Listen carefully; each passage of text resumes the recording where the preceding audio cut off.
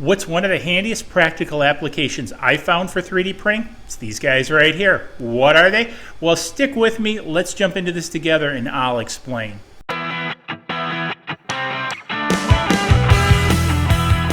Welcome to this episode of DIY3DTech.com. In this episode, I'm going to be talking to you guys about one of the most practical things I found for 3D printing, and that's these guys. What are they?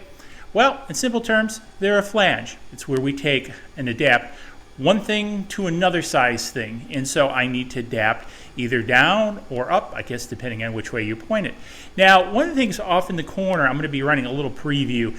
I'm setting up a desktop ventilation system for a laser engraver cutter, and so I needed to do an adapter to my ventilation system, and I thought, what the heck? I do so many of these flanges. I'm going to take a few minutes to talk about it, share with you guys how I do flanges, and give you guys some tips.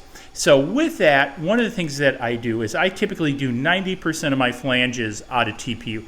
This is great stuff, very resilient, sticks together. I've had some of these I printed 4 or 5 years ago. It's just working perfect today, so it doesn't break down with heat like PLA. Now, I do use PLA and ABS for some applications, and if you look back in the laser cutter playlist where I adapted the 1 horsepower evacuation unit, I did those adapters out of PLA because I needed a little bit of rigidity. Could have did them out of TPU, but because of size, I needed to do them on a bigger printer, and they're in the shop, so PLA wasn't a problem. But I really like using TPU for resiliency. So again, I typically print this not in vase mode, but as 3 solid shells. So this is 1.2 millimeters thick, and I use no supports. I make sure I have less than a 60-degree angle on the cone. So I don't have a problem here, don't need supports. The other thing, as you can see here, I've left it on here so you guys can see, is I do a little bit of a brim to hold it down. Now I use my Wanhao i3, which I've adapted to print TPU. So it has a Bowden extruder on it. Now it does have an extruder compatible with TPU with flexible filaments, so it's got the little notch in it. The other piece is all metal, so I can run the higher temperatures, and I'm running the Capricorn tubing on it. I'm also using a phenolic bed, and if you go back in the Wanhao list, you'll see where I converted this to do nothing but TPU. So that's all this printer does. You also have to run it a little bit slower than your rest of your materials because of the way that this comes out. Also, you want to control your travels and that kind of stuff to avoid stringing. But again, most of the stuff I print in TPUs like this, so you really get very little stringing except maybe a little bit on the seams.